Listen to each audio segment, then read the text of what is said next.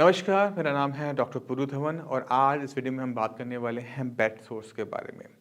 बहुत कम पेशेंट ऐसे होते हैं जो पैरालिसिस के जो बिल्कुल बेड रिडन होते हैं, बिल्कुल नहीं हिल पा रहे होते। जब एक पैरालिसिस का पेशेंट बिल्कुल मूव नहीं कर पा रहा होता, चौबीसों घंटे वो बेड पे लेटा रहता है, तो हमें एक समस्या का सामना करना पड़ सकता है, वो है बेड सोर्स। बेड सोर्स ऐसे जख्म होते हैं जो आपकी कमर पे, आपके पीठ के निचले हिस्सों पे जख्म बन जाते हैं और इनका अगर ध्यान ना रखा जाए, इनमें मवाद पड़ जाती है, इनमें पस पड़ जाती है और इन्फेक्शन फैलना शुरू कर देता है। अब जब जख्म बना है, वो इन्फेक्शन की वजह से दर्द भी बहुत ज़्यादा कर रहा होता है, पेशेंट को वो परेशानी दे रहा होता है और फीवर भी आ जाता है। तो पहली कोशिश यही होती है कि किसी भी पैरालिसिस पेशेंट जो फुली बेड रिडन है, उसको बेड सोर्स ना बने।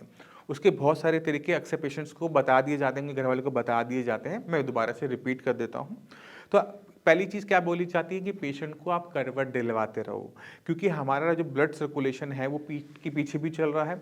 जब हम लेटे होते हैं तो क्या होता है, हमारे कमर के दबाव की वजह से ब्लड सर्कुलेशन में दिक्कत आती है और जब हमारी ब्लड की सर्कुलेशन किसी पर्टिकुलर स्किन के पार्ट में नहीं पहुंच पाती, तो वो स्किन का जो पार्ट है वो मरना शुरू कर देता है और जब वो मरता है तो वहाँ पे जख्म बनने शुरू हो जाते हैं।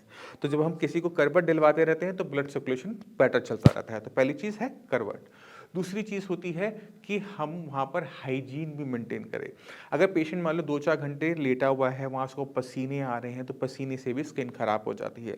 तो वहाँ पर हाइजीन करना पेशेंट को हर दूसरे-तीसरे दिन नहला देना ज़रूरी होता है। कोशिश करो कि पेशेंट खुद नहा ले, अगर वो नहीं नहा पा रहा तो उसको नहलाया जाए, साफ़ किया जाए, वहाँ पे डस्टिंग पाउडर लगाया जाए।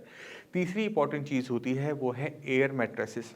अगर पेशेंट को करवट दिलाना आप लोगों के लिए मुश्किल हो रहा है, तो बहुत सारे ऐसे गद्दे आ गए हैं जिनके अंदर बेड सोर्स बनने की दिक्कत कम होती है और ये आराम से मार्केट में अमेज़न पर भी मिल जाते हैं। बट अगर आपका बेड सोर बन जाए, तो ये सारी चीज़ें अब काम करना बंद कर देती हैं, तो आपको उस जख्म को भरने के लिए बहुत मेहनत करनी पड़ती है। तो ऐसे करने के लिए मैं आपको आज इस वीडियो के अंदर ट्रीटमेंट भी बताऊँगा, वो मेडिसिन भी बताऊँगा जिसका यूज़ करके बेड सोर्स बहुत तेज़ी से, स्पीड से भर जाते हैं। अब सवाल ये होता है कि जिन पेशेंट के बेड सोर बन गए हैं, उनका ट्रीटमेंट कैसे किया जाए? तो हमने क्या करना है, सबसे पहले जो 3 चीज़ें मैंने आपको बताई हैं, हम उसको फ़ॉलो करेंगे। सबसे पहले हम पेशेंट को करवट दिलाएँगे, हर घंटे, हर आधे घंटे में करवट दिलाने की कोशिश कीजिए। Left to right, right to left, patient को थोड़ा मूव करते रहिए। हाइजीन मेंटेन कीजिए। तीसरा, जैसे मैंने आपको बताया कि एयर मैट्रेस का यूज़ कर कर हम इस चीज़ का ध्यान रख सकते हैं। तो ये तीनों चीज़ें एप्लीकेबल आपने कर दी कि और जख्म ना बने इसलिए। अब जो जख्म भरे हुए हैं, अगर आप उसे बेटाडीन से साफ़ कर रहे हैं और किसी और चीज़ से साफ़ कर रहे हैं, तो आप देखते हैं कि वो जख्म भरते नहीं हैं, वो बने रह जाते हैं, क्योंकि वहाँ पर वो प्रेशर पॉइंट है। दिन में कभी न कभी उस पे हमें लेटना पड़ता है, जिसकी वज़ह से वो जख्म फ़िल अप नहीं हो पाता। तो आसान तरीका ये होता है कि एक आयुर्वेदिक प्रिपरेशन आती है जिसका नाम है जात्यादि तेल। ये बहुत आराम से आयुर्वेदिक स्टोर्स पे मिल जाता है। इसको मार्केट से लीजिए। आप इसी की ड्रेसिंग करेंगे, इसी की बैंडेज करेंगे। 7 डेज़ के अंदर वो जो जख्म आप देख रहे थे, वो काफ़ी हद तक हील अप हो जाता है, वो भर जाता है और पेशेंट को जो दिक्कत हो रही होती है, वो ख़त्म हो जाती है। तो हमने क्या ध्यान रखना है कि बेड सोर्स ना बने। अगर बेड सोर्स बन जाए तो पेशेंट की उन जख्मों का ख़ास ध्यान रखा जाए।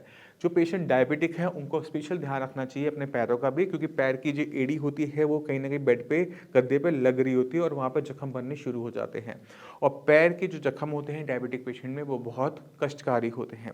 तो अच्छा ये है, ध्यान रखो। कोई भी दिक्कत है, कोई भी पूछना चाहते हो खासकर पैरालिसिस से रिलेटेड, तो डॉक्टर्स की पूरी टीम है, उनसे बात करो। अगर आपको पैरालिसिस के बारे में और जानना है, इस वीडियो पे मैं पिछले 6 साल से वीडियोज़ बना रहा हूँ इस चैनल पे, तो सारी की सारी वीडियोज़ देखोगे तो बहुत गहराई से आप समझना शुरू कर दोगे पैरालिसिस को और वो आपको हेल्प करेगा अपने पेशेंट को रिकवर करवाने में। अब इसी के साथ आप सभी से मैं चलने की आज्ञा चाहूँगा। मिलते हैं अगली वीडियो में, तब तक के लिए नमस्कार।